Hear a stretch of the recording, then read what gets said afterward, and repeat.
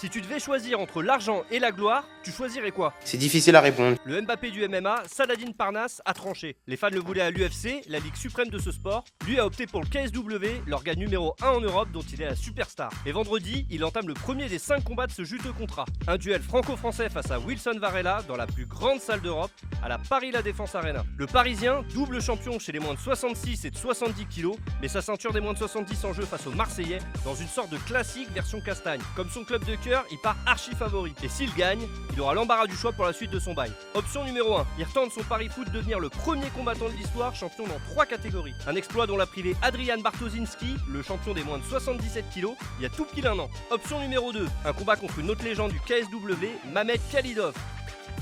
Cet ancien roi chez les 84 et 93 kg a plié le même Adrian Bartoszynski en novembre. Mais pour qu'ils s'affrontent, Parnasse devrait monter 2 catégories. C'est quand même peu probable. Par contre, l'option 3 est la plus crédible. Un duel de champions des 66 kg entre lui et Shihiro Suzuki, la star du Rising. C'est l'organe numéro 1 au Japon, plus populaire que l'UFC, qui en collab avec le KSW. Shihiro Suzuki devait même y affronter la légende de la boxe Manny Pacquiao en juillet, mais il s'est pété la main et a déclaré forfait. Et justement, la boxe anglaise, c'est l'option numéro 4. Le noblard, c'est le rêve de Parnasse. Et contrairement à l'UFC, le KSW l'autorise à switcher le temps d'un combat. On refuse de rien, ça se passe.